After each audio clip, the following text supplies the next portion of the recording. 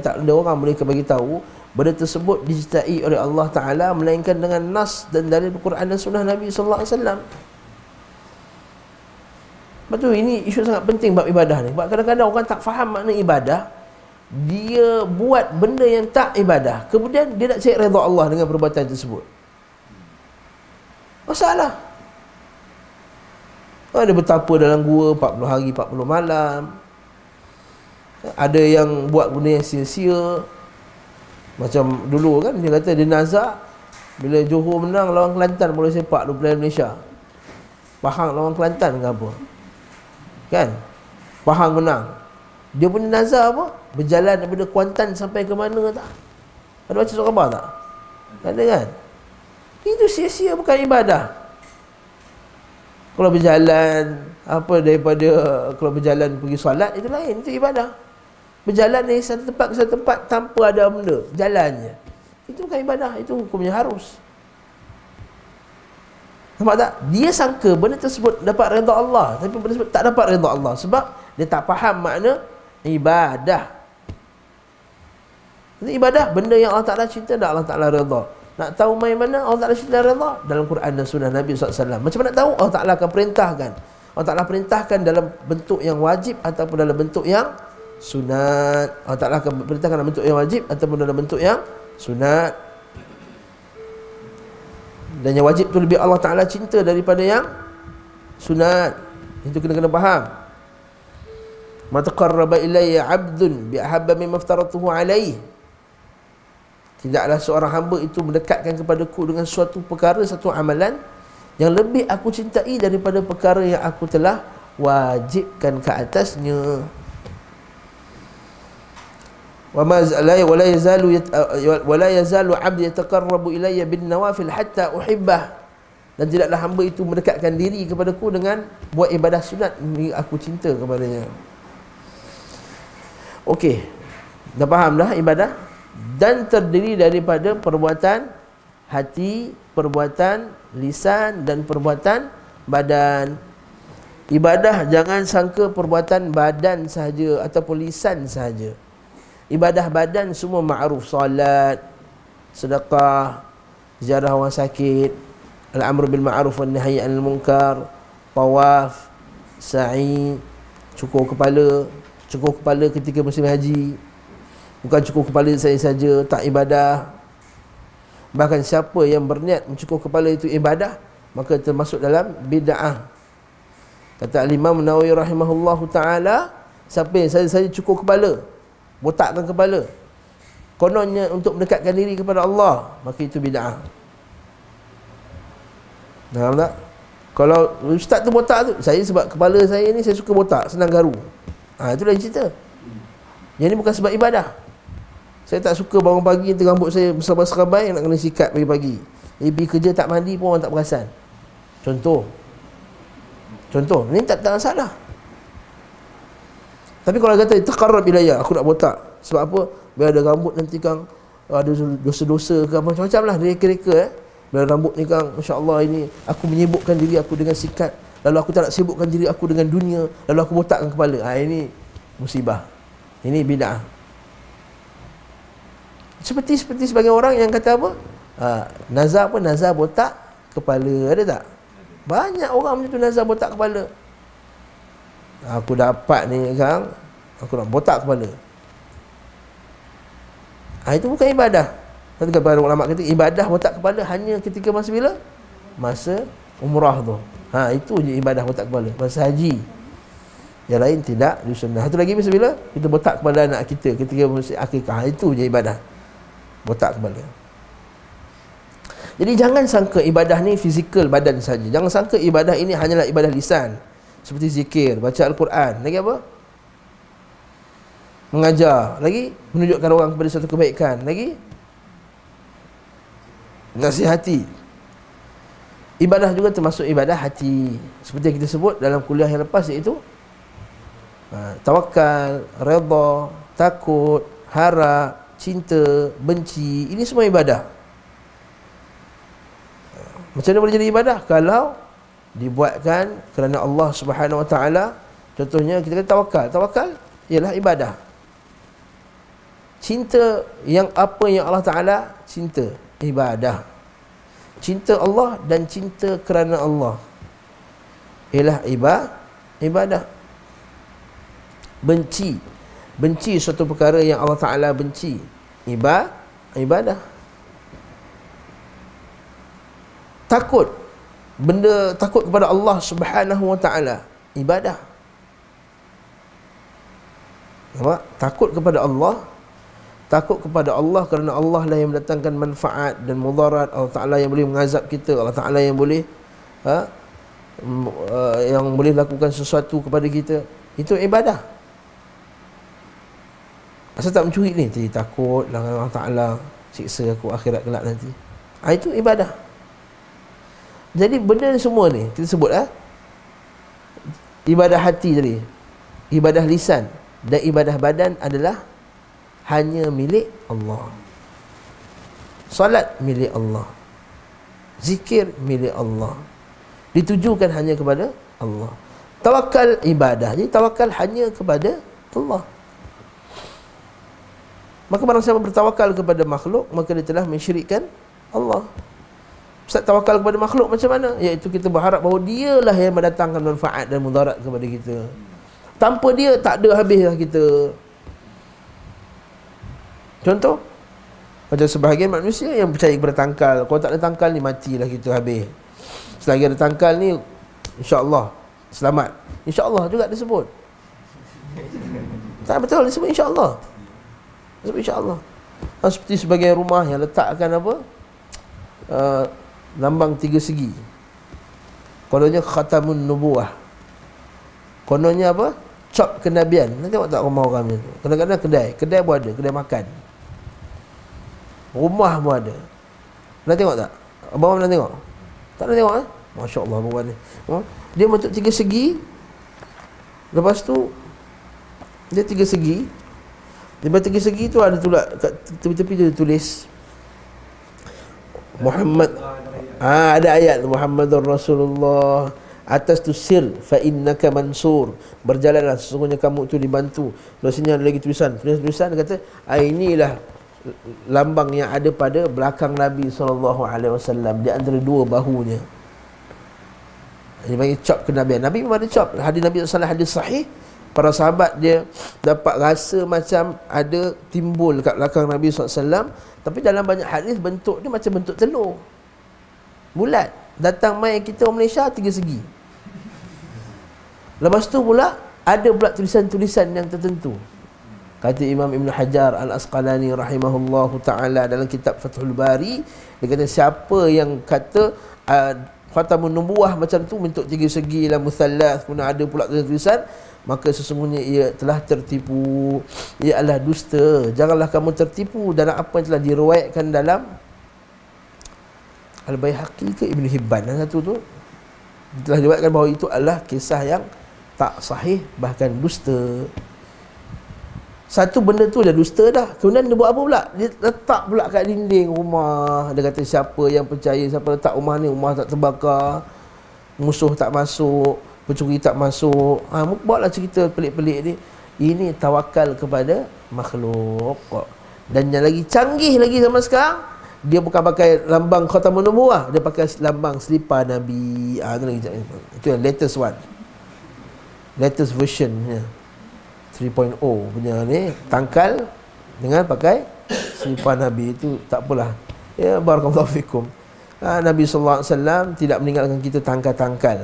Nabi sallallahu alaihi wasallam tak meninggalkan kepada kita tangkal. Nabi tinggalkan Quran dan sunnah Nabi sallallahu alaihi wasallam. Maka itu cerita dia. Jadi tawakal. Kalau ustaz mana ada tawakal, yang datang tu Allah. Ini usaha. Nampak lah yang buruk dia. Macam kita makan Panadol, kan? Habis tu makan Panadol syirik. Nampak dia punya modal dia. Nak jawab tu agak-agak. Makan Panadol syirik, usaha. Makan Panadol tak makan Panadol syirik, itu Panadol syirik lah ustaz. Nak jawab macam mana tu? Sabri macam mana? Nak jawab Abang Wan je nak nak jawab Abang Wan.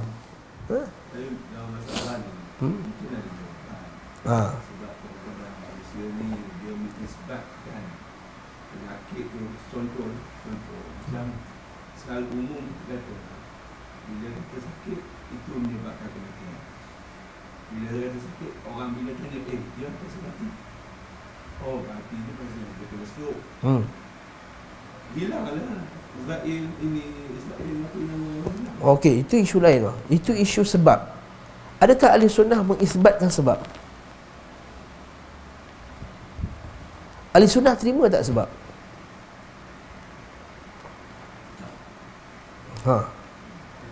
Ahli sunnah mengisbatkan sebab tak? Contohnya kata apa?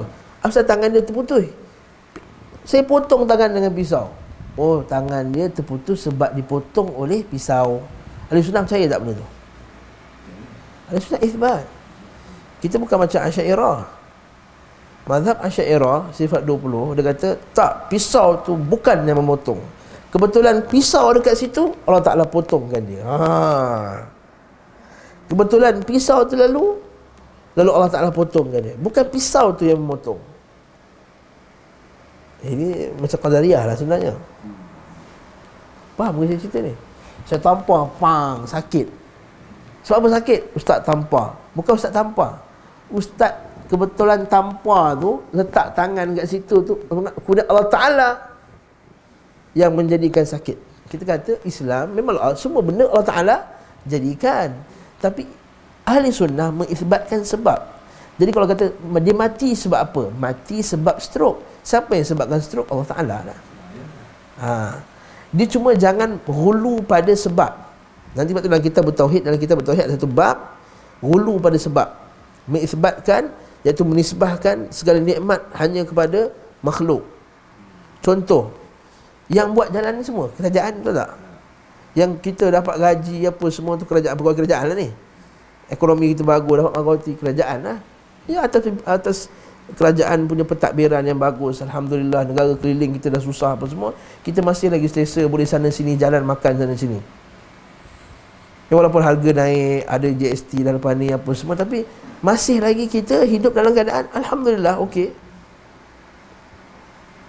Itu kalau nak kata tak setuju GST tu cerita lain lah. Ni kita cerita segi umum masyarakat Malaysia. Dia bising-bising GST tu, malam dia pergi makan juga kedai ada GST. Contohnya. Bukan kata aku nak boykot kedai yang buat GST. Tak ada. Dia buat juga. Dia akan makan juga. Maksudnya dalam keadaan selesa. Lalu kita kata apa? Oh, kerana kerajaan ni lah kita ni. Kalau tak ada kerajaan mampus kita. Yang ni tak boleh. Yang ni hulu pada sebab. Macam makan Panadol tadi. Hulu kata, kalau tak ada Panadol ni mati dah aku. Ini hulu pada sebab. Ini tak dibenarkan dalam Islam. Yang ni menisbahkan nikmat kepada makhluk. Dalam kita bertauhid itu bab menisbahkan nikmat kepada makhluk. Namun sebab tadi Islam iktiraf bahawa sebab hilang, sebab Panadol hilang pening, so Panadol. Tapi sekarang isu tadi tu, adakah tangkal tu sebab?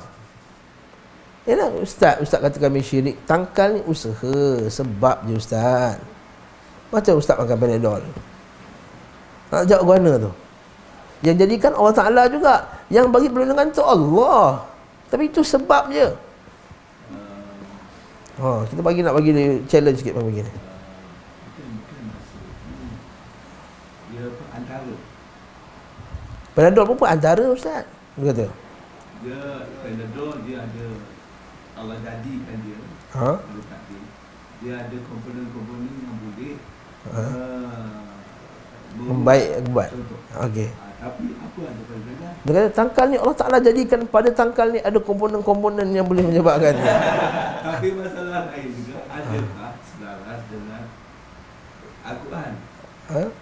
Apa yang Nabi sebut?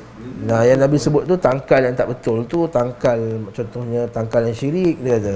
Oh, ada tangkal yang syirik bagi dia apa? Yang tangkal-tangkal tali hitam itu syirik lah. Ustaz, ini takkanlah khatamun nubuwah syirik, dia kata. Takkanlah cop kenabian syirik.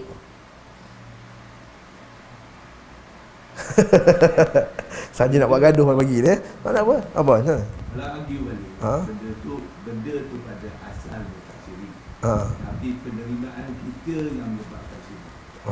Semana tu? Penerimaan kita tu. Macam kita jadikan itu sebagai pelindung. Pelindung. Pelindung. Lari lah. Boleh juga kita tu bagi alasan tu. Syekh Salih Utsaimin rahimahullah taala dalam kitab tauhid, dalam syarah kitab tauhid ada dia dah cerita dah masalah ni. Saya pun tak tahu kat dulu, sebab baca tu baru tahu. Dia kata bagi orang yang beralasan bahawa tangkal itu sebab, kita katakan dalam Islam mengiktiraf dua sebab saja. Dalam Islam mengiktiraf dua jenis sebab. Satu dia panggil sebab kauni, sebab sunnatullah, sebab alam, iaitu Allah Ta'ala telah menjadikan pada alam ni ada sunnahnya. Okay. Wala fitratallahu allati fatara an-nas 'alayha la tabdila li khalqillah, la tabdila li khalqillah, tak ada ubah-ubah pada makhluk Allah. La tabdila li khalqillah, maksudnya Allah Ta'ala telah menetapkan alam ini dia ada sistem dia, betul tak? Kullu yajri li ajalin musamma wa kullu musakharatun bi amrih, setiap perkara itu telah diturunkan melalui arahan Allah Ta'ala. Maksudnya alam ini dia ada sistem dia, alam ini ada sistem dia. Yang ni dia panggil sebab kauni. Jadi sistem alam, kalau haus kita minum air. Jadi kita kata apa sebab dia hilang haus? Sebab dia minum. Takkan sebab bila haus minum air lah. Jadi Allah Ta'ala telah menjadikan pada meminum air itu boleh menghilangkan haus. Tanpa menafikan Allah Ta'ala boleh juga hilangkan haus tanpa air. Boleh, kita beriman dengan masalah tu. Allah Ta'ala boleh menghilangkan haus tanpa air. Tapi kita katakan barakallahu fikum, Islam itu dua sebab. Satu, sebab kauni. Yang kedua dipanggil sebab syar'i. Sebab syar'i ni apa dia? Sebab syar'i ni bila nas dalil Al-Quran dan Sunnah kata itu sebab. Sebab syar'i ni apa? Iaitu nak dalil Quran dan Sunnah kata itu sebab. Contohnya apa? Syekh Sabri, anta mesti paling tahu dalam masalah ni, sebab anta tokenya madu. Madu. Madu dia kata syifa min kulli da. Syifa, ubat. Sebelum doktor buat kajian lagi, bila kita dengar hadis yang sahih tersebut, kita kata madu memang ubat, syifa, penyembuh. Mai mana? Daripada Quran dan Sunnah Nabi sallallahu alaihi wasallam. Habbatus sauda, minyak zaitun. Nabi kata apa? Makanlah minyak zaitun, fadahinhu biha, maka kamu dahin, maksudnya sapu badan kamu dengan minyak zaitun. Fa innaha min syajaratin mubarakah, kerana pokok zaitun tu daripada pokok yang mubarak. Siapa yang declare dia mubarak? Berkat Allah Ta'ala. Mana datang dengan nas, ma'u zamzam liman syuribalah, minum air zam-zam, hilang sikit perut. Sebab apa? Air zam-zam. Syirik ke tak syirik? Sebab syirik ke tak syirik? Tak. Kenapa? Kerana dia syar'i. Minum makan Panadol, hilang pening. Syirik ke tak syirik? Sebab apa? Sebab kauni. Sebab kajian sains hukum alam dah kata ini sebab. Tangkal ni mai mana? Syar'i ke kauni? Kauni pun tidak, syar'i pun tidak. Kemudian kamu declare dia sebab. Kamu declare dia sebab. Apa hak kamu nak kata dia tu sebab? Bukankah Allah Ta'ala yang musabbib? Allah Ta'ala lah yang menjadikan benda tu sebab. Jadi kamu nak jadi seperti Allah, nak declare ini sebab, ini bukan sebab. Itu kata Syekh Utsaimin, bila kita yang declare benda tu sebab, ini bukan sebab, ini sebab, ini bukan sebab, pada bukan yang kauni, maka kamu telah buat kerja Allah Ta'ala. Kamu telah syirikkan Allah dalam menjadikan sesuatu itu sebab, dan syirik dalam masalah rububiyah. Sebab tu pakai tangkal bukan masalah uluhiyah saja.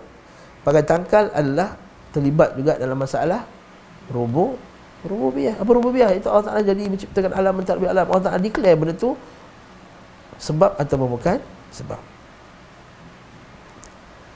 Boleh faham?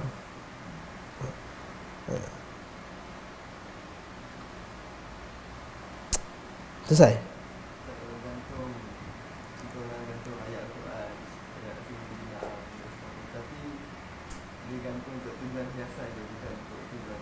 Kalau tujuan hiasan saja tak termasuk dalam sunnah Nabi SAW. Minta maaf terkena tu ayat kursi. Pertama, gantung nama Allah pun cara macam tu tak betul. Terang lah. Pertama, kalau kita ikut kata guru kita, patutnya nama Allah dengan Muhammad tu Allah kena tinggi daripada Muhammad. Tak boleh setara. Apa dalil? Apa dalil? Apa dalil? Siapa tahu dalil dia apa? Kalau tahu dalil, saya bagi hadiah satu. Apa dalil? Dalilnya cincin Nabi SAW. Macam mana cincin Nabi? Muhammad Rasulullah. Tapi cara dia tulis Muhammad Rasulullah macam mana? Muhammad bawah, Muhammad Rasulullah, bawah ke atas. Kalau orang yang tak pandai baca, dia kata Allah Rasul Muhammad. Cincin Nabi, tapi Muhammad Rasulullah, bawah ke atas. Kata Syekh Saleh bin Abdul Aziz Ali Syekh, Menteri Agama Saudi sekarang, ketika dia komen ke atas Zadul Ma'ad, kitab Zadul Ma'ad berkenaan dengan cincin Nabi, dia kata antara benda yang kita boleh ambil daripada cincin Nabi ni, pengajaran adalah nampak Nabi SAW meletakkan nama Allah lebih tinggi daripada nama dia Muhammad dari segi susunan. Jadi fayam bagi, sepatutnya bagi setiap orang yang kadang-kadang kita kata letak hiasan rumah Allah Muhammad tu, letak Allah lagi tinggi daripada Muhammad. Kalau ustaz kan tak simetri lah, ni sengit sebelah. Pandai-pandai lah, ini benda dunia, letak bunga ke kiri kanan ke apa ke. Jadi Allah lagi tinggi daripada Muhammad. Satu. Yang kedua, isu ayat Quran. Menggantung ayat Quran semata sebagai perhiasan tidak sepatutnya dilakukan. Dengan Al-Quran tidak diturunkan sebagai perhiasan. Kalau kita gantung sebab nak hafal, lain cerita. Tapi kalau ada ayat tulisan tu berbelit-belit macam tu, mana hafal? Macam mana baca pun tak tahu. Wala ya'uduhu, cuba cari, tak jumpa punya. Tak jumpa, cuba cari wala ya'uduhu, tak jumpa. Dia dah pusing sini, pusing sini, pusing sini, pusing sini. Macam tu masjid tu, tak sebutlah. Daripada bawah, rupanya, wah, macam mana start ayat ni? Daripada bawah, naik kiri, pusing bawah balik kanan. Jadi semata-mata kerana perhiasan. Alah ustaz, Masjid Nabawi pun macam tu. Masjid Nabawi bukan dalil. Ada tak sumber hukum Islam Al-Quran, Sunnah, Masjid Nabawi? Yang tiga ada tak? Al-Quran, Sunnah, Masjid Nabawi, dalil. Masjid Nabawi bukan dalil. Kalau letak ayat Quran untuk menghafal, kita tulis clear-clear. Lalu kita untuk anak kita hafal. Itu lain cerita. Itu dia termasuk dalam masalah mursalah. Masalah untuk mendapatkan kebaikan, maslahah. Ada masalah dia berlaku di tempat boleh share? Boleh, tak ada masalah. Kita sembang-sembang bagi-bagi ni. Kebetulan di tempat banyak pocong. Pocong? Hantu pocong? Lepas tu? Tadi ada satu malam pun dia masuk ke rumah sahabat. Itu dia masuk anak dia nampak dan anak dia isteri perempuan ni. Dan satu pagi anak lelaki dia tu terkejut. Masa dialog dia dengan bapa dia, dia kata macam mana hantu ni dia masuk. Lepas bapa dia kata, apa pun saya tak boleh masuk. Mungkin hang tak baca bismillah atau masuk rumah tu. Tak ada lah. Tu ayat Quran tu ada. Lepas saya hantu masuk, dia tak apa ayat Quran. Maksudnya? Ada masalah lain. Dia pasal turun pada masalah ni. Sebab tu kita kata, kalau sekadar untuk sebab isu yang Syekh Sabri tanya ni ialah perhiasan. Maksudnya sekadar perhiasan, memang nak cantikkan rumah. Daripada cantikkan rumah dia gambar tak apa-apa, baik kita tak ikut akad. Rumah kakak saya ada perhiasan, tapi perhiasan dia alih bata. Itu boleh lah. Alih bata tu dia buat cantik dengan ada latar belakang cantik apa semua. Alih bata itulah yang cerita. Ini ayat Quran. Tapi kalau kita kata ayat Quran tu ditulis elok-elok supaya anak kita hafal. Contohnya, anak kita apa ayat kursi? Anak kita baru darjah 5, baru darjah 3, darjah 2, tak apa ayat kursi. Lalu kita letak tulis elok-elok. Jadi setiap hari dia baca, tengok, dia baca untuk hafal. Itu lah yang cerita. Tapi kalau tujuan untuk hal hantu memang tak berjalan je lah. Hantu Quran ni letak depan dia, kita bukan macam agama Buddha. Jangan dekat, jangan dekat, jangan dekat. Bukan macam tu. Tapi dia jadi macam tu. Budak-budak dia tak faham. Dia lah. Sebab kita ditanamkan, sebab kita tengok cerita Buddha tu, Kristian kan dia keluarkan salib dia. Itu lah. Tu dia tembak dengan lampu salib tu kena kat dia terbakar macam tu. Ada satu cerita Melayu dulu macam tu. Hantu Sunda Malam ke apa tu? Alif, lam, ha. Tembak tu. Kan Islam bukan macam tu. Dalam kitab Tauhid ada bab tangkal kan. Dia kata minasyirk, dia kata termasuk dari syirik adalah labsul halqah. Antara bab awal-awal. Lepas detail masalah tauhid tu, bab awal sekali bab kitab Tauhid adalah minasyirki labsul halqah. Antara syirik itu ialah memakai halqah, ikatan. Di hujung bab tu ada tu bab kata Ibrahim Nakhai, dia dinukilkan bahawa sebahagian salaf memang khilaf tentang menjadikan ayat Quran sebagai tangkal. Boleh tak gantung ayat Quran? Majoriti salaf mengatakan tak boleh. Ibn Mas'ud membencinya. Beranak kata Ibn Mas'ud membenci perbuatan tersebut untuk menjadikan ayat Quran sebagai tangkal. Apatah lagi kalau tangkal yang digantung pada badan. Pertama kerana ia akan menyebab penghinaan kepada ayat Quran tadi. Kemudian mengotorkan orang tu pergi tandas apa semua. Padahal ayat Quran tergantung kat dia. Seperti yang dilakukan oleh sebagian orang, dia gantung ayat Quran dekat anak dia punya perut ni, tali hitam tu. Dia tulis ayat Quran, dia gulung, masukkan dalam ni, gulung. Orang Perak pula tertemeh. Tertemeh lekat-lekat tu, temeh. Orang Perak.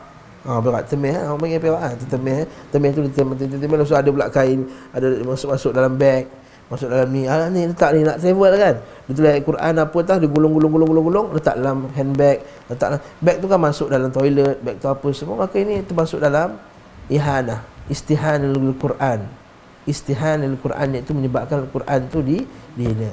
Lepas tu sebahagian salah dia membenci perbuatan tersebut, dan inilah pendapat yang telah terpilih oleh Syekh Abdul Wahab dan anak murid dia sehingga sekarang. Masyayikh kita semua, para ulama kita memilih pendapat bahawa tak boleh. Kita dah terlajak jauh bab tangkal ya. Kita nak patah balik sebenarnya bab tawakal tadi tu. Jadi sebenarnya Allah Muhammad ni boleh gantung tak? Cuma Allah kena atas. kalau saya juga, saya pun tak gantung Allah Muhammad. Sebab nama Allah, nama Muhammad bukan dibuat untuk perhiasan. Kalau saya pendapat saya personal, saya tak gantung. Sebab para sahabat radhiyallahu ta'ala anhum, orang yang paling cinta kepada Allah dan paling cinta kepada Rasulnya sallallahu alaihi wasallam, mereka tak gantung pun dekat rumah mereka. Jadi kenapa kita gantung? Nak gantung mesti pula dengan ada hiasan-hiasan yang cantik lah tu. Mana boleh kita ambil kertas Allah, kita tampal kat dinding. Tak cantik nampak. Jadi bukan nak ingat Allah Ta'ala selain nak cantik. Tapi ustaz, tak, bukan itu ustaz, kita nak ingat Allah sambil cantik. Wallahu a'lam bissawab. Kalau saya tak tambah lah. Baik tambah gambar lagi. Kalau ustaz kata tambah gambar lagi afdal bertambah Allah. Bukan, sebab nama Allah tak jadikan hiasan. Allah Ta'ala tak jadikan Quran sebagai hiasan. Allah Ta'ala tak jadikan nama dia sebagai, Allah Ta'ala jadikan nama dia wajilat qulubuhum idza tuliyat alaihim zadatuhum imana. Itu sebenarnya wala rabbihim yatawakkalun. Zadatuhum imana. Kita tak, Allah kadang-kadang setengah rumah ini TV, atas tu letak ayat kursi, perhiasan. Letak Allah Ta'ala. TV tu tengoklah cerita perempuan seksi, perempuan tak berhijab. Dia pasang astro rumah dia, tengok cerita orang putih, kenang apa hijab. Atas tu ayat Quran, bawah tu gambar. Bagi saya itu satu bentuk tak seronok. Hati, jiwa boleh tengok tu rasa tak sedar hati. Takkan ayat tu gantung ayat Quran tu kan. Bawah tu televisyen, muzik, apa semua. Wallahu a'lam lah, itu pendapat personal saya. Itu kalau rumah saya, isteri saya masa saya kahwin, masa kahwin banyak orang bagi. Biasa hadiah mesti orang bagi perhiasan. Semua saya simpan dalam bilik. Kata bang, ni nak gantung ni bang, tak payah. Kita gantung kan, kita kat rumah kita cerita tak apa-apa. Kita terumpat orang, kita untuk orang, Allah Ta'ala letak kat situ. Mana datang perasaan takut tu kat mana? Tak. Dia kata ingat Allah dalam jiwa. Melainkan kita ada kata apa tadi? Melainkan kalau kita nak gantung Asmaul Husna, tu dia elok-elok dengan makna supaya anak kita hafal. Itu tujuan untuk anak kita hafal. Masa kita tampal doa, kalau kata ustaz, habis tu zaman Nabi juga mana ada sahabat tampal doa kat dinding, kata kan. Masuk rumah tampal doa masuk rumah. Kat toilet tampal kat luar pintu tu doa masuk toilet. Zaman sahabat tak tampal pun doa kat ni, nak luar buruk kita balik. Kita kata sebab sahabat semua ingatan dia kuat, dia dah hafal. Itu bahasa dia dah hafal apa semua. Kita pula dah berapa kali masuk doa masuk rumah tak lekat-lekat dalam kepala ni. Pada pendek je, bismillahi walajna, bismillahi kharajna, wa ala rabbina tawakkalna, tapi tak pernah baca juga. Jadi kita tampal betul lah untuk kita ingatkannya. Wallahu a'lam bissawab. Jadi patah balik pada masalah tawakal tadi, kalau kita bertawakal kepada makhluk, menggantung harap kepada makhluk dalam bawa manfaat dan mudarat, maka telah melakukan syirik kepada Allah. Padanya lah kita harap, padanya lah kita memohon segala, kita harapkan dia bawa kebaikan dan manfaat dan mudarat kepada kita, menolak mudarat. Maka itu kita bertawakal kepada makhluk. Saya laku kalau dia sebagai manusia, bila dia pergi kubur-kubur sebagai wali, dia kata, wahai syekh, kami datang dari negeri yang jauh, bersama kami ini ada Habib Syekh, hadhi taraji, dia kata, ini adalah pengharapanku. Kalau kepada engkau kami tak harap pada siapa lagi, kami nak harap. Nampak? Ini bentuk ibadah qalbiyah, ibadah hati yang dia bergantung kepada makhluk, supaya makhluk tadi itu dapat bantu dia akhirat kelak, menyelamatkan dia. Lepas tu kita pelik manusia ni, dia kata apa? Ustaz, kita bukannya buat syirik, kita nak minta wali tu tolong kita di akhirat kelak. Sampai ada ucapan mereka tu, ada ucapan ni, baru kita tengok dalam video tu, ada sebagian ucapan orang kata apa? Wahai syekh, jadikanlah aku ni bersama dengan kamu dan Nabi Muhammad SAW, bersama kamu dan bersama dengan Nabi Muhammad SAW. Adakah maksudnya wali tersebut boleh jadikan kita bersama dia dengan Allah, dengan apa? Dengan Nabi Muhammad SAW? Kita i'tiqad macam tu. Hatta Nabi Muhammad SAW pun tak boleh nak declare yang dia boleh bantu seorang tu bersama dengan dia akhirat kelak dengan kehendak dia semata-mata. Kan? Kita baca hadis seorang sahabat yang kita biasa baca, kalau baca bab solat sunat mesti lalu hadis ni. Berkenaan dengan Nabi Maram pun ada, yang dia kata, Nabi kata, mintalah aku satu, minta sesuatu kat aku. Sebab dia dah banyak berkhidmat kepada Nabi SAW, dia khadam Nabi. Khadam offer lah, bukan gaji, tak ada. Dia offer diri dia untuk menghadamkan diri kepada Nabi Muhammad SAW. Lalu Nabi kata, mintalah sesuatu dekat aku. Lalu apa yang dia minta? Apa yang dia minta? Dia minta, ya Rasulullah, aku nak bersama dengan kau akhirat kelak. Iaitu, ya Rasulullah, akhirat kelak aku nak bersama dengan kamu, ya Rasulullah. Nabi kata, itu je permintaan, itu je. Tak ada permintaan lain, tak ada dah. A'inni ala nafsika bi kathratis sujud. Bantulah aku, kau bantu aku, a'inni ala nafsik, untuk diri kamu, dengan kamu banyak bersujud kepada Allah Ta'ala. Apa maksud Nabi? Maksudnya, kalau kau nak duduk dengan aku akhirat kelak, kau kena banyak sujud. Maksudnya sujud, banyak sembahyang, banyak salat. Yang Nabi sebut sujud tu maksudnya banyakkan. Maksud sebab tak ada ibadah sujud je, tak ada, kecuali sujud syukur. Tak ada, asal tiba-tiba sujud ni saja ibadah pada Allah, tak boleh, tak disunnahkan. Kata Imam Nawawi rahimahullah, tak disunnah, bahkan bid'ah. Dengan sujud syukur. Barakallahu fikum. Jadi kat sini nampak Nabi kata apa? Banyakkan sujud, banyakkan salat sunat. Kalau kau nak dapat macam tu, kau kena banyak salat sunat. Maknanya apa? Bukan di tangan Nabi SAW. Bukan hak Nabi. Nabi kata, okey, kau bersama aku. Oh, kau tak bersama aku. Oh, kau bersama aku. Bukan. Tapi kenapa hamba Allah ni, nak cakap mala'un tadi lah, hamba Allah Ta'ala ni, dia pergi kata, wahai syekh, jadikanlah aku harap padamu, hadza taraji, dia kata, Ini adalah pengharapan. Sebab cara dia cakap tu dia menghadap kubur, bukan menghadap ke Allah Ta'ala. Kata, ya Allah, hadhi taraji lain. Kata, ya Syekh, hadha taraji, wahai Syekh, inilah pengharapanku kepadamu. Allah Ta'ala sebut dalam surah Al-An'am, Qul ara'aytakum in atakum azabullah aw atatkum as-sa'ah aghayrallahi tad'una in kuntum sadiqin. Adakah kamu ni nanti bila datang hari kiamat? Qul ara'aytakum, apa pendapat kamu nanti? Kamu rasa macam mana nanti? In atakum azabullah, kita datang pada kamu azab Allah, aw atatkum as-sa'ah, atau datang padanya hari kiamat nanti. Datang hari kiamat. Aghairallahi tad'una in kuntum sadiqin, adakah selain daripada Allah kamu nak menyeru kalau kamu ni benar? Masa tu barulah semua orang kata Allah, Allah. Bal iyyahu tad'un, bahkan kepada Allah kamu semua akan seru. Fayakshifu ma tad'una ilaihi in syaa wa tansawna ma tusyrikun. Allah Ta'ala akan buka kesusahan kamu sekiranya Allah Ta'ala menghendaki, dan kamu ketika itu kamu lupa siapa yang kamu syirikkan Allah Ta'ala kat muka bumi ni. Dia masa tu baru sedar, yang lain tu tak ada kuasa. Habis tu kenapa Datuk Syekh ni pakai serban, pakai jubah, janggut panjang, serban besar dari kita lagi. Dia kata kat Syekh tu, hadha taraji, jadi kalau aku bersama kamu, kalau kamu tak, aku tak berharap kepada kamu, pada siapa lagi aku nak berharap? Oh, inilah kita panggil ibadah qalbiyah, ibadah hati, bergantungan dalam hati kepada makhluk dalam perkara yang khusus yang milik Allah Ta'ala semata-mata. Betul, orang tak faham masalah ni. Orang ingat syirik tu hanyalah sujud kat berhala. Memang tak ada orang sujud kat berhala. Sekarang ada orang Islam sujud kat berhala. Semua yang tak betul ni je yang pergi sujud kat tok guru, tok syekh dia. Itu pun sedikit di kalangan umat ini, bukan majoriti.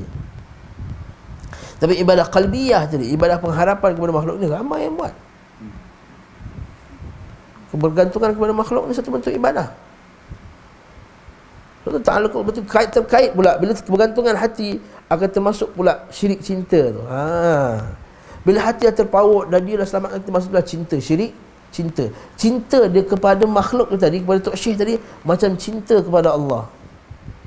Macam mana dia cinta kepada Allah, datangkan manfaat dan menolak mudarat, begitu juga dia cinta kepada makhluk tadi dalam masalah apa? Sebab makhluk tadi itulah yang membawakan manfaat dan menolak mudarat pada kita.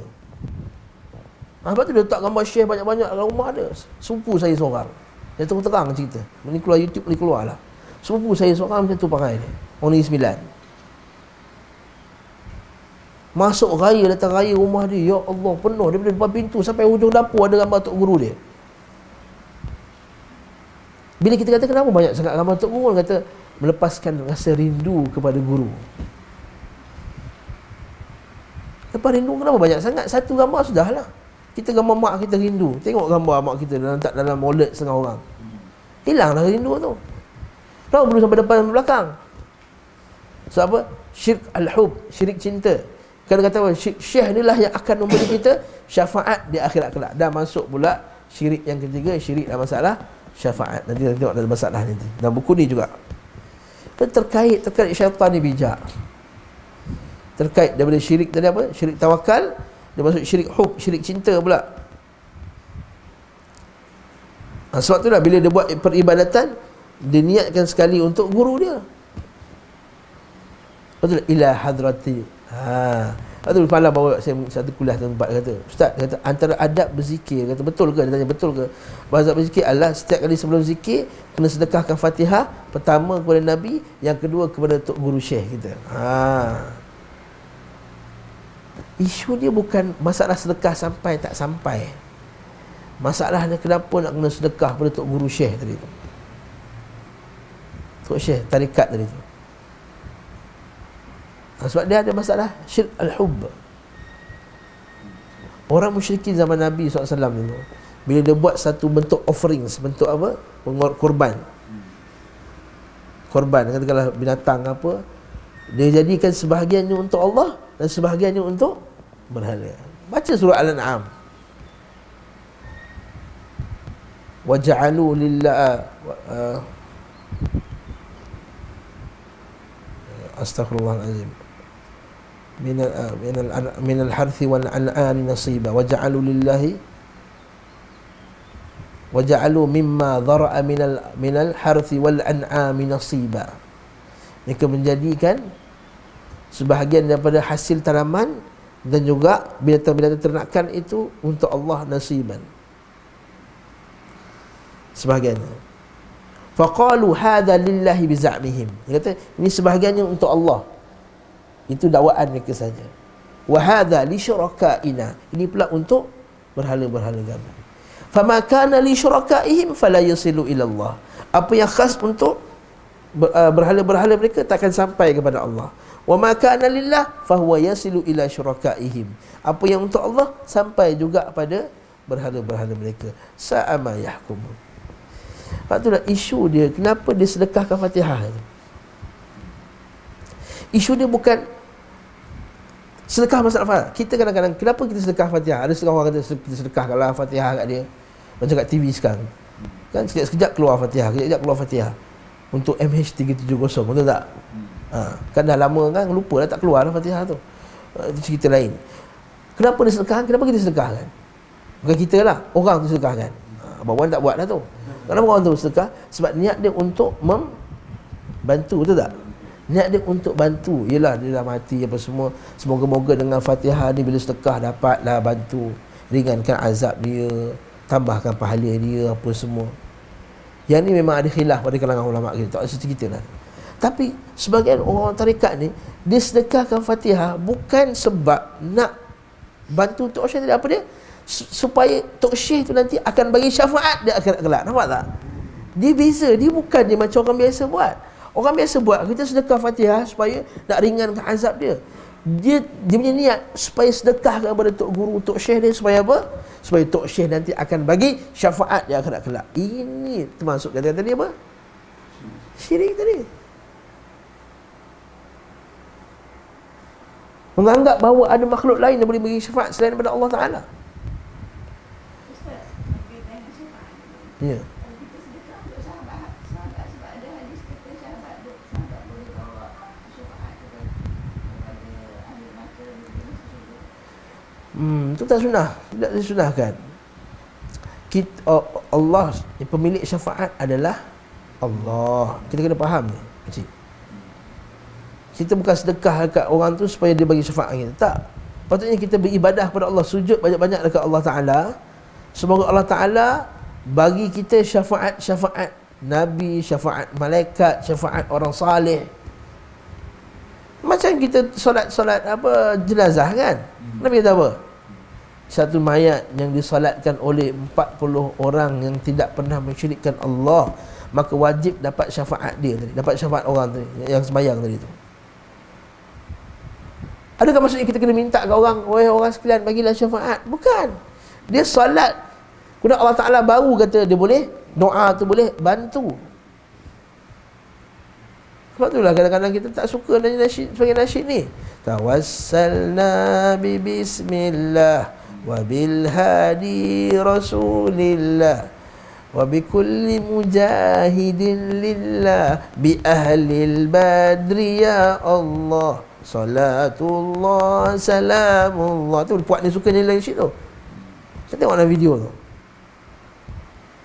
Salatullah, salamullah. Okey lagi. Salawat kepada Allah, salamullah. Salamullah tu pun itu khilaf lafaz dah. Salam Allah ke atas Nabi. Ala Taha. Taha tu dia kata, Taha tu nama Nabi. Sebenarnya Taha tak sabit nama Nabi. Taha tu ialah surah tu, surah Taha tu, huruf muqatta'ah. Ala Yasin. Yasin juga bukan nama Nabi Muhammad sallallahu alaihi wasallam. Tak sabit bahawa Yasin tu nama Nabi. Kata Syekh Salih Fauzan hadha minal ghalat. Dia kata ini termasuk kesalahan yang besar, itu mengatakan Taha dan Yasin itu nama Rasulullah. Tak sabit daripada mana-mana hadis. Tawassalna bi bismillah. Kita bertawassul dengan nama Allah. Itu okey, betul lah tu. Wa bil hadi Rasulillah, dan dengan Nabi Muhammad SAW. Itu dah start dah 50-50. Tawassul dengan Nabi ni macam mana? Kalau kamu bertawassul dengan mengikuti sunnah Nabi SAW, okey.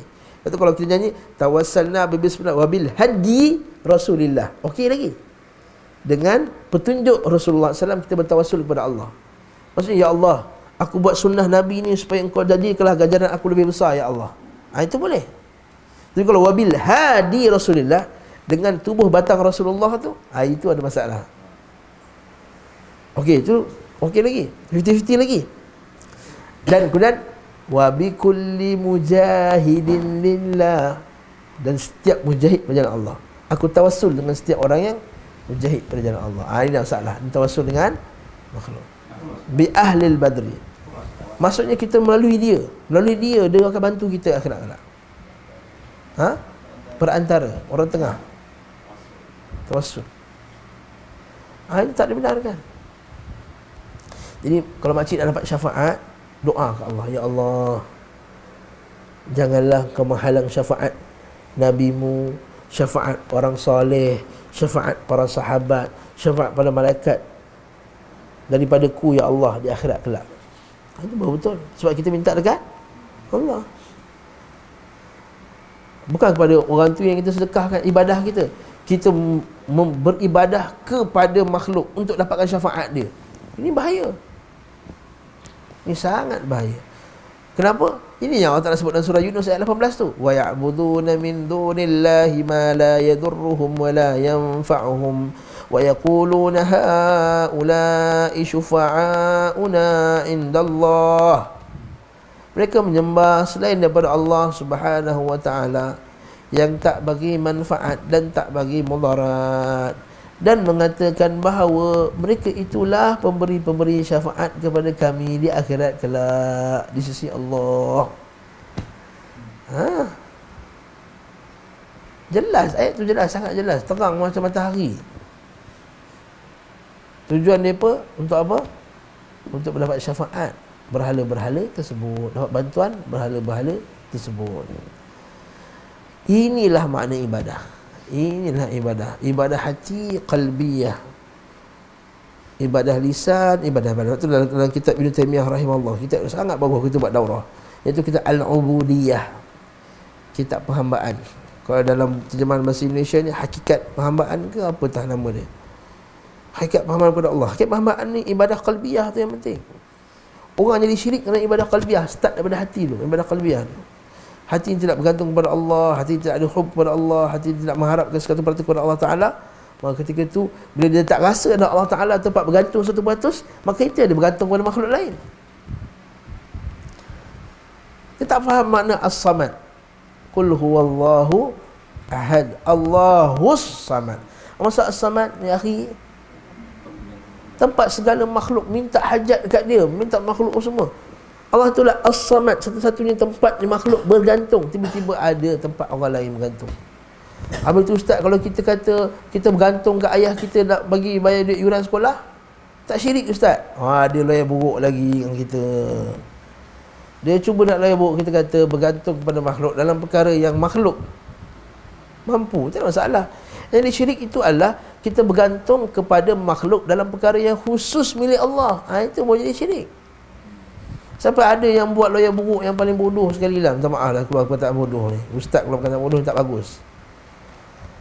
Dia kata apa? Kalau macam tu tak usah pakai lori pasir nak angkat pasir. Syirik dia kata. La haula wala quwwata illa billah. La haula wala. Itu minta tolong kepada makhluk tu. Minta tolong kepada lori pasir, angkat pasir. Syirik dia kata. Ini nampak benar lah, tak ngaji. Itu minta lori pasir, angkat pasir untuk pindahkan pasir itu benda yang bukan khusus untuk Allah, itu makhluk. Allah Ta'ala bagikan makhluk boleh buat benda tersebut. Saya bergantung kepada lori saya ini untuk bawa pasir. Itu bergantung pada makhluk. Bergantung pada makhluk, perkara yang makhluk mampu, itu bukan syirik. Bergantung pada makhluk dalam benda yang khusus bagi milik Allah, turunkan rezeki, bagikan keselamatan di akhirat kelak. Bagi keselamatan akhirat kelak hanyalah milik Allah. Baca dalam surah Al-Jin, Kul man yujirani. Apa ayat Al-Quran surah Al-Jin? Saya ingat dah. Surah buka surah Al-Jin. Allahu Akbar. Ini dia. Buka surah Al-Jin. Buka surah Al-Jin. Ada apps tak?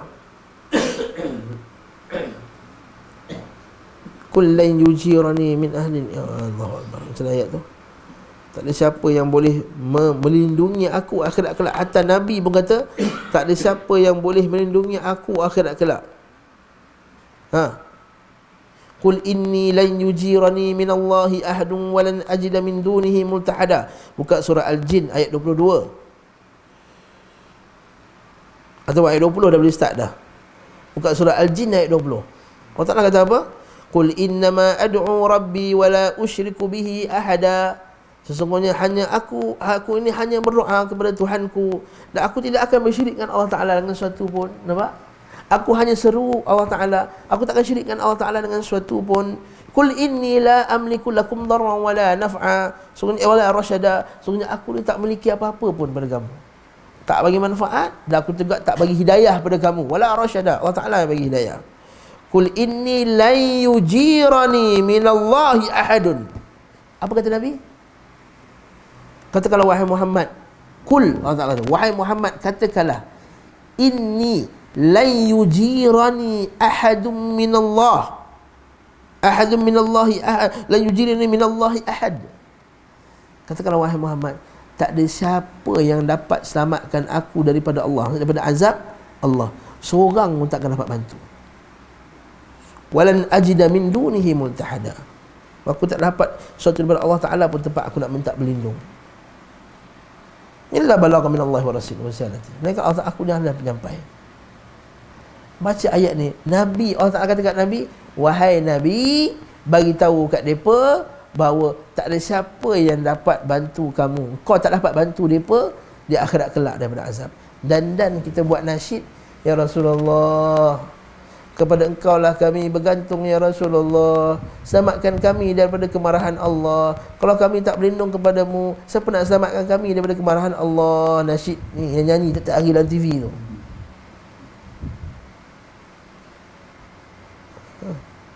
Nak kata apa?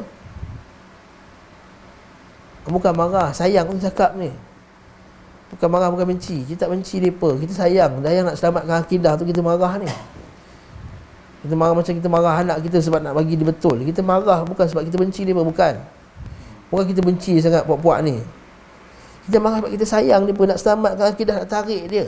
Macam Nabi SAW sebut, perumpamaan aku dengan perumpamaan umatku seperti seorang lelaki yang hidupkan api, kemudian lalat semua binatang hasyarat datang nak masuk dalam api tersebut.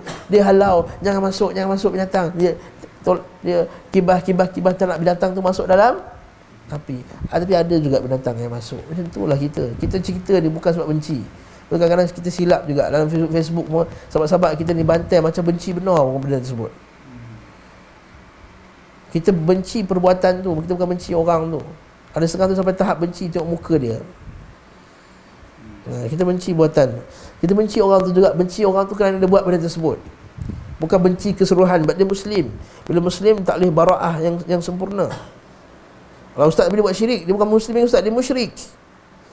Dia musyrik sebab dia ada takwil yang silap. Sebab Allah Ta'ala tarik dia balik dalam tauhid. Macam Nabi SAW ajak orang musyrikin zaman dia untuk kepada Islam. Itulah kata, wahai Bani Fulan dan Fulan. Kan bila Nabi SAW naik atas gunung Safa kan, wahai Bani Fulan dan Fulan. Sebab kita nak tarik mereka daripada buat syirik kepada tauhid. Kecuali kalau ada menentang, itu lain cerita lain. Barakallahu fiik. Itulah dia, wa ma khalaqtul jinna wal insa illa liya'budun.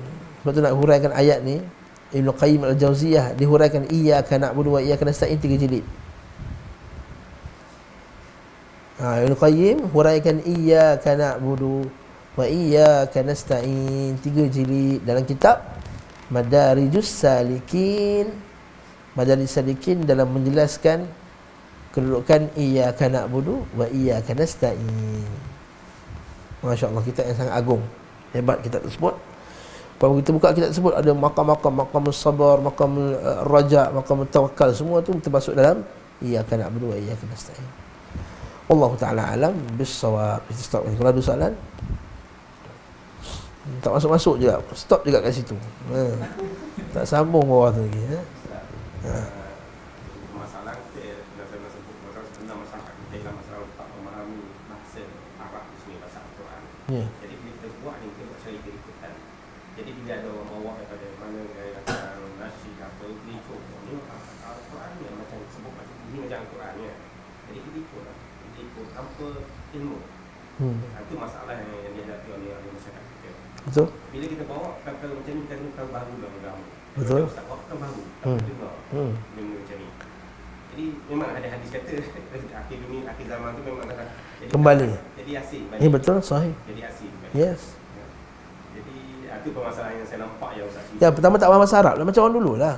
Nyanyi lagu orang lagu gelek tapi Allah kan. Perempuan nyanyi, perempuan nak nyanyi Arab. Lagu apa tu? Dulu tu. Siapa nama dia?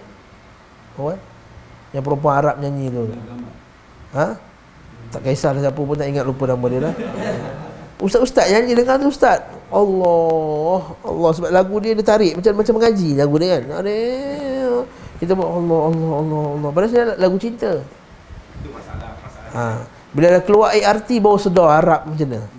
Keluar ART Astro tu, ya Allah Arab, baru tahu. Dulu lagu Amru Diyab, Tamalli Ma'ak.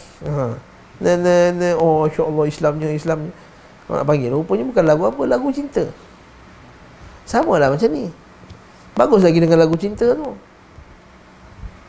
Bukan saya kata bagus apa, lagi tu tak bawa kepada syirik lagu cinta tu. Lagu cinta je, melampau cinta je. Tapi ini bawa kepada syirik sebab tak faham bahasa Arab, satu. Yang kedua, bukan setakat tak faham bahasa Arab, yang kadang-kadang yang bawa ni orang Arab juga. Tak ngaji tauhid.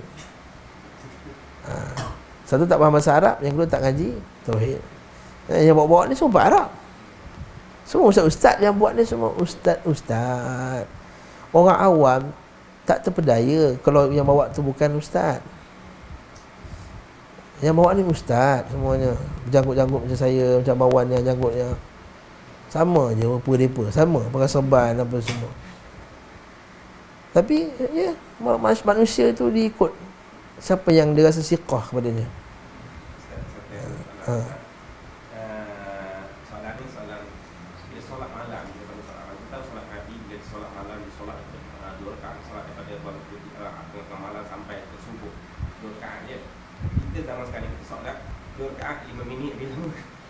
Baca surah pendek itu Allah, surah yang pendek, surah lazim. Kita tak boleh baca sebab kita tak tahu, kita tak hafal. Kita bukan hafal lah, orang yang hafal tu saya cerita lah. Jadi saya tak tahu kenapa Ustaz. Kita tengok macam dengan Arab tu, dia orang buka Quran, baca Quran. Kita pun kita tahu apa masalah dia baca Quran ni pendek Quran, masuk solat. Jadi boleh solat lama dan dia boleh menghayati dan dia boleh baca surah macam mana Nabi buat. Cuma kita tak hafal je. Boleh tak pegang Quran? Dari segi pegang Quran ketika solat ni, ada satu riwayat daripada khadam kepada Aisyah radhiyallahu anha. Dia sembahyang, dia jadi imam, dia buka Quran. Ini satu-satunya riwayat yang tunjukkan bahawa ada para sahabat radhiyallahu taala anhum, sebahagiannya ada yang buka Quran. Tabi'in buka Quran, bukan sahabat buat tabi'in, dan sahabat tengok. Syekh Shalih Al-Utsaimin rahimahullahu taala beri komen benda ni. Dia kata asalnya tak pegang Quran, itu asalnya. Sebab Nabi SAW tak pegang Quran, para sahabat radhiyallahu taala anhum bila Nabi tak pegang Al-Quran. Dia baca Quran daripada hafaz. Allah Taala kata dalam Quran, faqra'u ma tayassara minal Quran. Bacalah apa yang mudah bagi kamu daripada Al-Quran, yang kamu rasa yang kamu boleh baca. Maka Allah Ta'ala tidak beratkan kita, tidak ditaklifkan kepada kita untuk abang kena pegang apa semua. Kita baca daripada hafazan. Bahkan daripada hafazan tu lagi bagus. Kalau tak hafal banyak, ulang-ulang satu ayat pun tak ada masalah. Nabi SAW pernah ulang satu ayat daripada malam sampai subuh. Fa in tu'adzibhum fa innahum ibaduk wa in taghfir lahum fa innaka antal ghafurur rahim. Allah Ta'ala ulang ayat tu. Sungguhnya kalau kamu nak azab mereka, ya Allah, mereka itu adalah hamba-Mu, ya Allah. Tapi kalau kamu nak mengampunkan mereka, maka kamulah Tuhan yang maha pengampun lagi maha penyayang. Allah Ta'ala Nabi ulang ayat tu sampai pagi.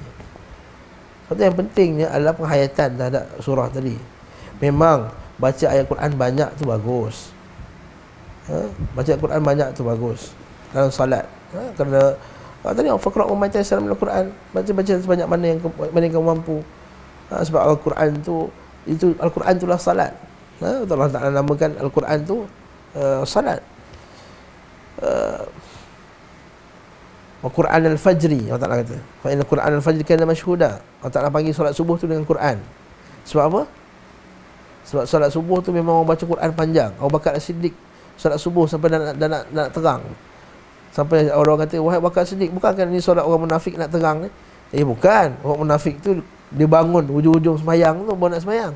Ini kita bangun pada awal, kita baca panjang sampai kadang-kadang pada 100 ayat, 200 ayat para sahabat baca ketika solat subuh.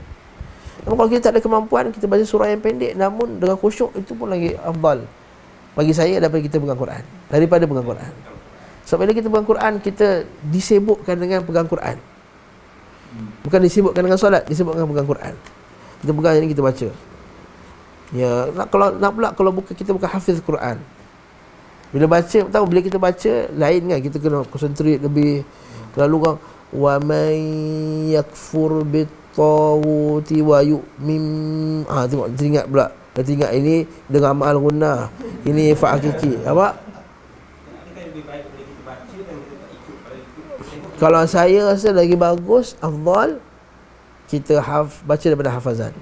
Biarlah izal zulzilatil ardh zilzalaha, pun tak apalah. Biarlah inna a'tainakal kautsar. Inna a'tainakal kautsar.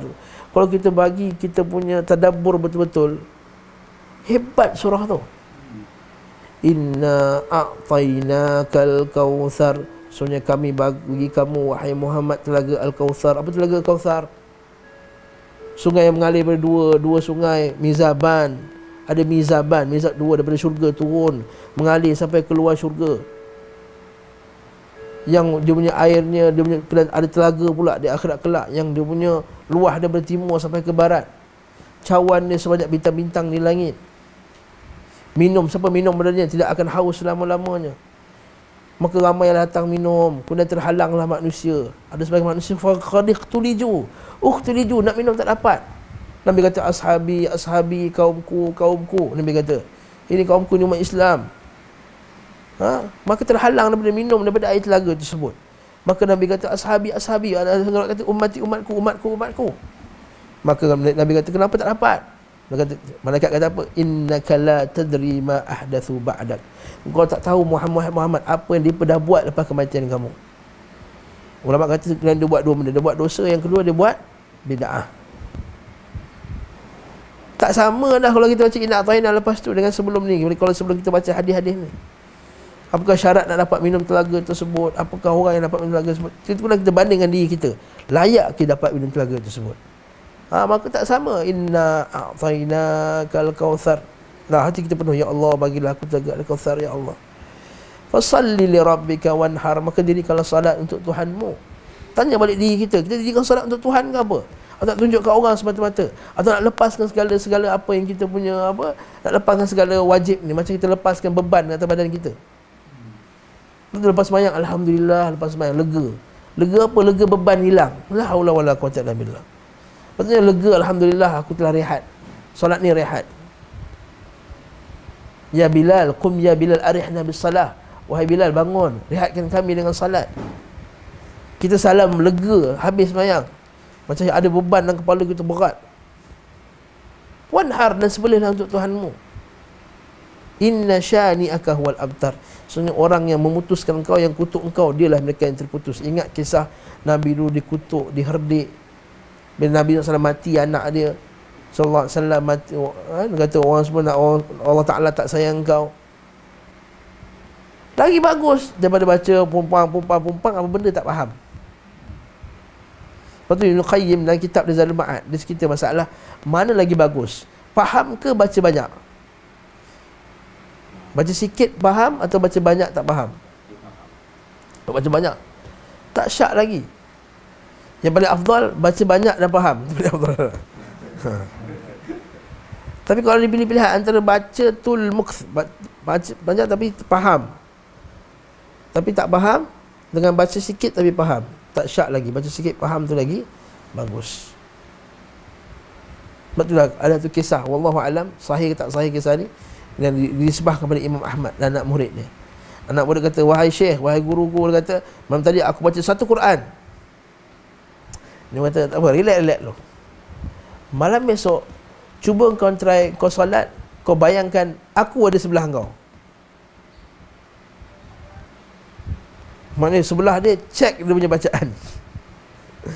Maka dia kata besok tu dia sembahyang, dia kata, wahai syekh, setengah Quran pun tak habis. Ya, bayangkan kita kan bila ada orang sebelah yang hormat, kita akan baca betul-betul, tak?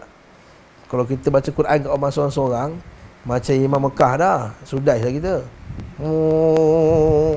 Pada ustaz sebelah barulah dia jaga. Wa may ya'mal. Betul tak? Baru jaga betul-betul. Kena kata besok tu Nabi Ahmad kata, okey, sekarang kau bayangkan pula Nabi SAW ada bersama dengan kau ketika kau baca Quran. Dia kata satu juz pun tak habis. Sebab penghayatan tu dia. Dia kata, okey, sekarang besok kau try pula Allah Ta'ala ada bersama dengan kau. Allah Ta'ala tengok kau punya setiap bacaan, setiap huruf tu Allah Ta'ala tengok. Dia kata Al-Fatihah apa aku tak boleh habis. Tu kita penghayatan tu lagi penting. Lepas tu Abi Ahmad nak tunjuk apa sebenarnya? Bukan banyak tu yang penting. Ya, salafus salih baca Quran banyak, betul, tak nafi. Satu malam boleh khatam 2 kali. Tapi salafus salih ialah orang yang baca dan faham. Kita antara dua, nak baca nak faham, nak baca nak faham. Jadi kita ambil yang faham tu lagi bagus. Lepas tu kita biarlah Zilzalatil, surah yang paling Abu Bakar As-Siddiq takut kalau tak silap saya. Surah yang antara Abu Bakar As-Siddiq gerun ialah idza zulzilatil ardu zilzalaha. Goncangan dunia. Wa akhrajatil ardu athqalaha. Ta'ala keluarkan semua isi perut dia. Wa qala al insanu ma laha. Apa ni semua ni? Apa yang berlaku ni? Yauma idzin tuhaddithu akhbaraha. Bumi akan cerita hal dia. Apa maksud dia? Kalau kita buka tafsir dia, iaitu setiap tapak bumi yang kita lalu ni nanti dia akan cerita pasal kita.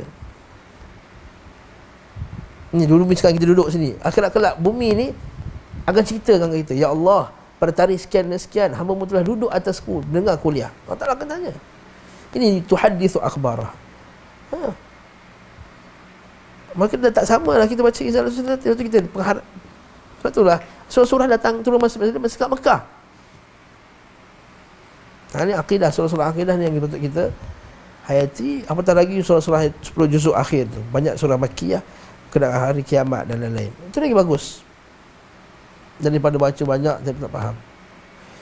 Pendek tak faham lagi teruk. Baca pendek tak faham lagi dah teruk. Dah lah inna ataina tak faham lah tu. Lah habis. Dah lagi teruk. Kalau ustaz tak faham ngaji dah. Dia ngaji tu kena ngaji. Tak sama. Yastawi alladhina wal ladhina la ya'lamun. Wallahu a'lam bisawab. Kita stop sekejap dengan fiqh wal ilmu insya-Allah. Tak ada masalah, bagus.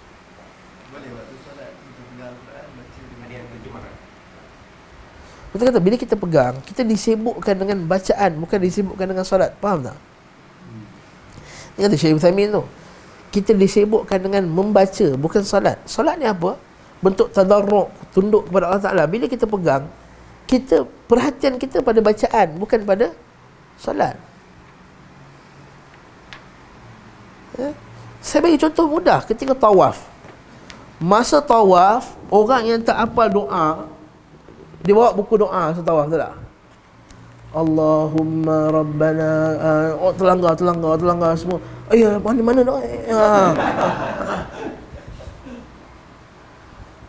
Betul tak? Lepas tu pula terjemahan Indon lah tu, aku butuh akar air, butuh. Ada butuh kat situ. Tu tak nampak pada imanahum. Dengung. Sibuk kat dengung, sibuk ifak hakiki, sibuk mad lazim mutasil. Ni mad lazim ni. Mad wa az-zakaraini. Dah sibuk kat situ. Kita tak macam tu. Beza dengan orang yang tutup buku doa masa tawaf tadi. Dia doa, ya Allah, masa tawaf tu, aku datang dari jauh ya Allah dengan dosa yang banyak, ya Allah hapuskan. Lagi bagus. Walaupun betul afdal ni baca doa Nabi. Tapi kalau tak hafal doa Nabi, saya tak galakkan pegang buku masa tawaf. Saya memang tak galakkan. Kalau pergi umrah dengan saya kata tak payahlah pegang buku. Tak payah pegang buku, simpan buku tu.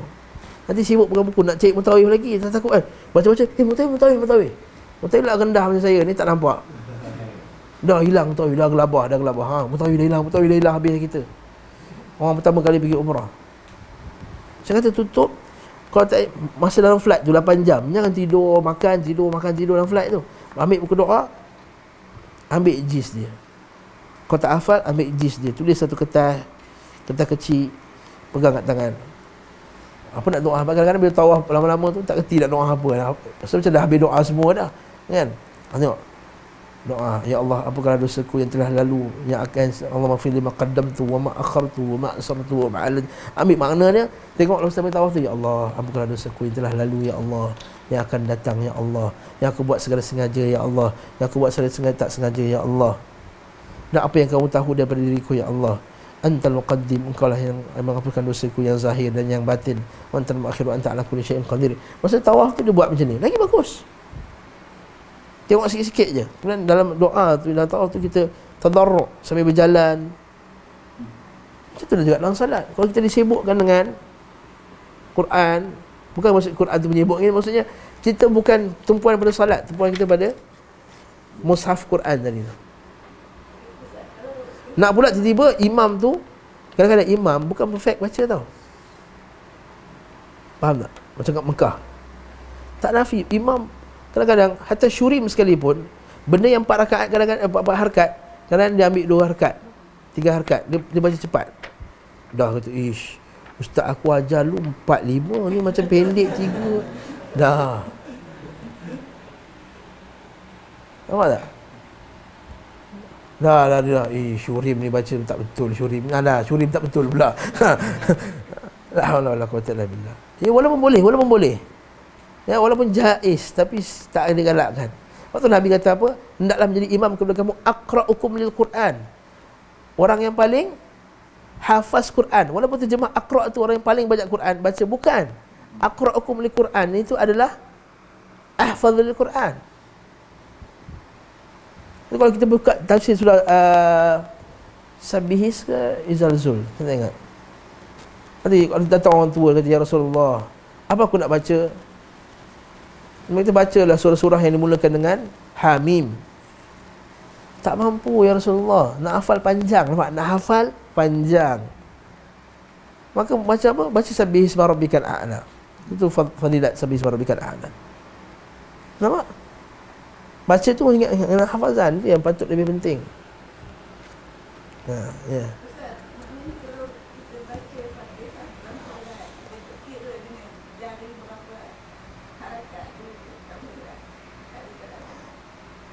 Nanti bukan tak digalakkan. Kita nak menjaga tajwid tu betul. Tapi jangan kita disibukkan dengan tajwid dalam solat. Bila solat, alhamdulillahi rabbil alamin, patut kita fikir segala puji bagimu ya Allah, Tuhan sekalian alam yang cipta alam ni dengan hebat. Bukan alhamdulillah, lah tu mak wajib, mak asli 2 harakat. Alhamdulillahi rabbil alamin, min ma'arid li sukun 2 4 6. Bukan itu kita sibuk dalam solat. Nampak tak? Kita bukan sibukkan hukum kat macam tu, bukan sibukkan hukum tajwid kat sebutkan tu. Orang belajar Arab lah dia sibuk i'rab. Alhamdulillah mubtada, alhamdulillah marfu' bi dhammah. Habis. Lillahi huruf jar, lillahi hi bari bawah sebab huruf jar. Rabbi mudhaf ilaih. Badal kepada alhamdulillahi rabbi bari bawah sebab dia sifat dia badal kepada ilillah. Rabbil dia juga mudhaf, al-alamin mudhafun ilaih.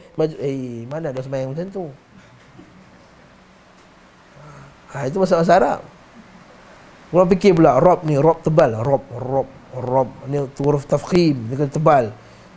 Bukan macam tu. Nampak tak? Maka saya tosah sibuk sangat pasal perfection of tajwid.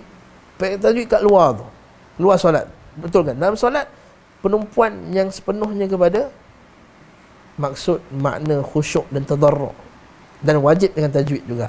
Dia tak sah nanti Fatihah. Okey? Kalau tak baca kitab fiqh nanti. Wallahu taala alam bis-shawab. Sallallahu ala Muhammad wa ala alihi wa sahbihi wasallam. Alhamdulillah.